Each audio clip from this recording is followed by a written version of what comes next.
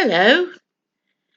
Today I'm back in my living room again and I'm going to read you a story which is actually a Christmas story, but I thought it was really lovely, so I hope you enjoy it. Now, those of you that have been with the church for a while might remember this story because we used it as part of a nativity play, 2 years ago. It's called The Christmas Promise. A long, long time ago, so long that it's hard to imagine, God promised a new king. He wasn't any ordinary king, like the ones we see on TV or in books. He would be different. He would be a new king, a rescuing king, a forever king.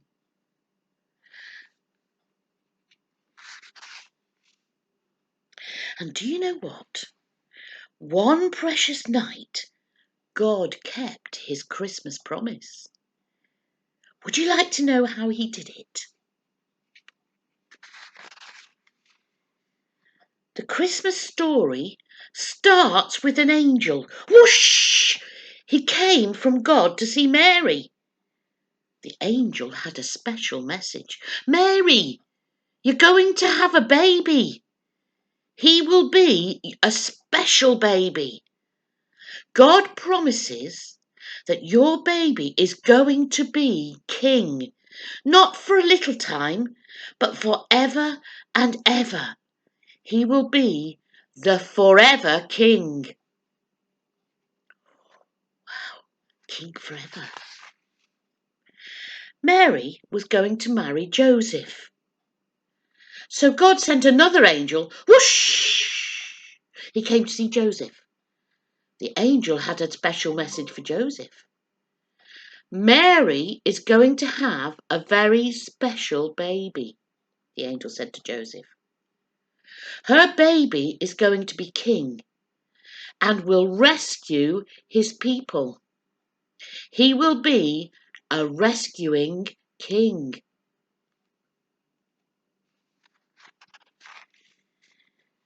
God had promised that his new king would be born in a little city called Bethlehem.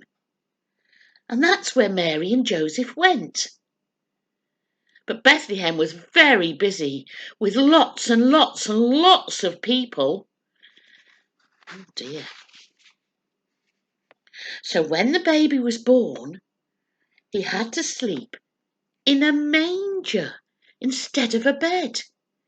A manger was where they used to feed the cattle and the sheep that had been out on the mountains and come in, and they were in the stable, and they used to put their food in a manger. So all the other mangers in Bethlehem held food for hungry animals to munch. But this manger held a tiny baby. He was God's special new king. The shepherds in the field had such a surprise. It was quiet and dark, and the sheep were snoozing, when, whoosh, an angel popped into the sky.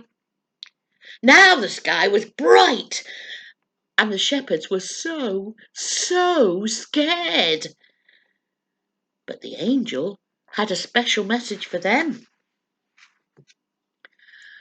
Don't be afraid. I have wonderful good news for you, the angel said. God's chosen king has been born tonight. He is going to rescue his people, just as God promised. He will be a rescuing king. Then lots and lots of other excited angels joined in to celebrate. Must have been quite a sight, mustn't it? Wow. The shepherds were really excited. They went rushing to see the new king. And there he was, lying in a manger, just as the angel had said. But they weren't the only ones who had heard the good news about the promised new king. who else? Can you remember? Some wise men living far, far away had also been sent a message. It was quiet and dark, and they were watching the stars when, whoosh, a new star popped into the sky. The star had a special message. The wise men knew what it meant. A very special king had been born, the king for all God's people. The child was the new promised king. The wise men were so excited, so they went on a long journey to see the new king. And there he was, just as the star had shown them.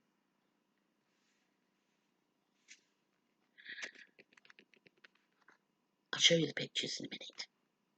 You'll see, when the wise men came to see the baby Jesus, he'd grown up a bit. It must have taken them a long time to get there. Very strange. Everything God had promised came true. There are lots and lots of different kings in the world, but God sent the greatest king of all. He sent a new king. He sent a rescuing king. He sent a forever king.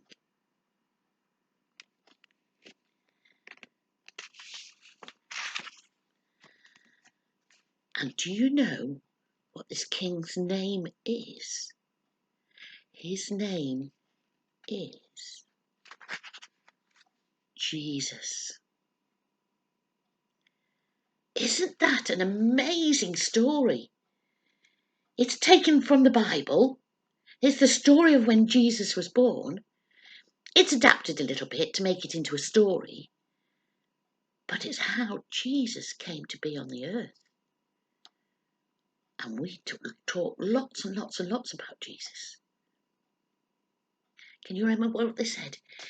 He was a new king, not like the old kings, a new king. He was a rescuing king, saving people from all the bad things they'd been doing. And he was forever king, which means that he's still with us. He's still our king, and he will always be our king, Jesus. That is amazing, isn't it? Next week we'll have another Christmas story. I wonder what it'll be. Bye. Hello, boys and girls. Wasn't that a fantastic story by Mandy? Where does she find all these amazing stories to tell us? How wonderfully well she tells them. Well, just to round off this morning, I want to introduce you to 6 of my very special friends. Now, when I say friends, they're not actually people, but I want you, actually, it's your job to try and guess what or who they actually are. I'm going to give you some clues, and I want you to see if you can guess what kind of friends these actually are. This is the first one. Are you ready? My first friend is coloured green. You got any green friends? He lives in water, but can also come out and spend a long time on the land. He originally comes from the United States of America. Any ideas yet? Let me give you another clue. He can swim. Any ideas? Another clue then. His name is Fleetwood. That's not the place, but I named him after the place. And my last clue is he has a shell. A shell. Yes, he's green, he lives in water or on the land, he originally comes from America, he can swim quite well, and he's called Fleetwood. Do you know what he is?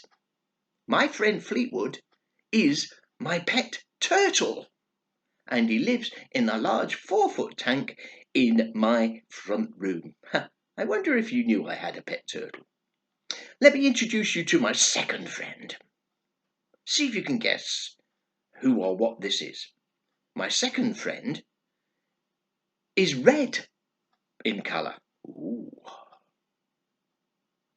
I call her Beady.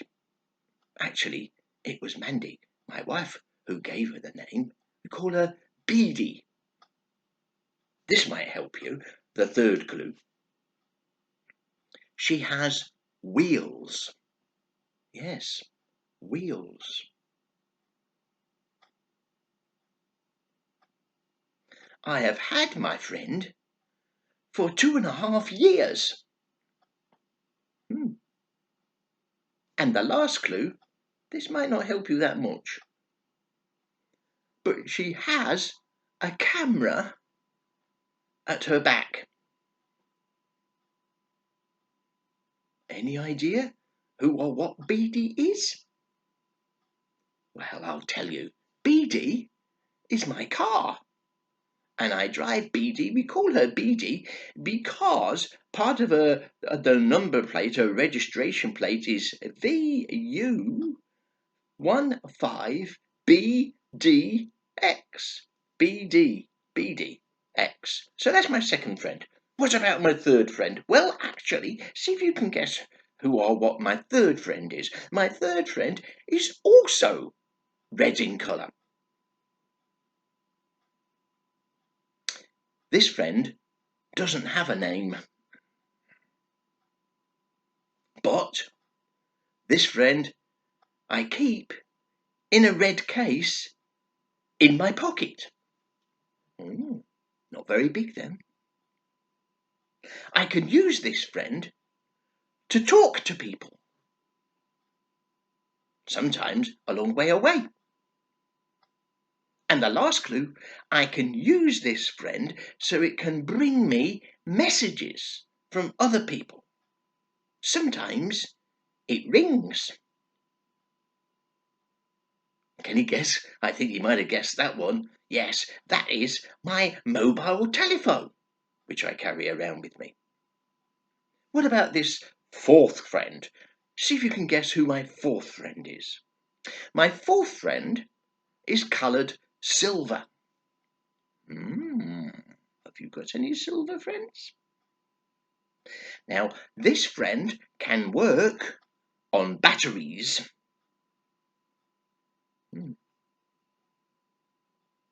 Another clue is that it can also work on mains electricity. You can plug it in.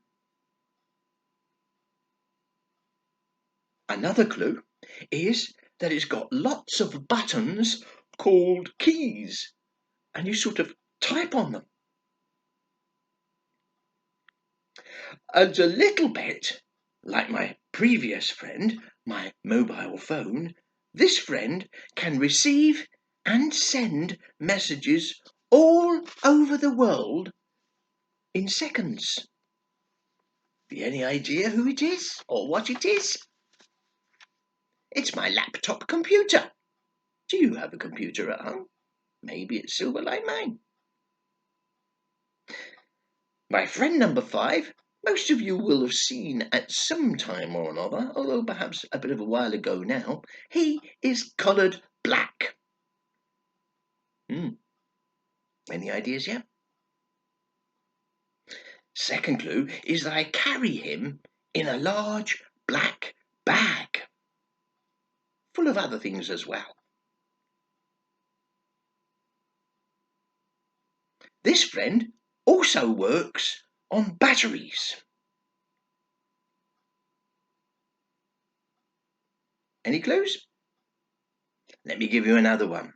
It is made by a company called Sony. Does that help? Maybe not. But I think my last clue will help you. I use this friend to take lots of pictures.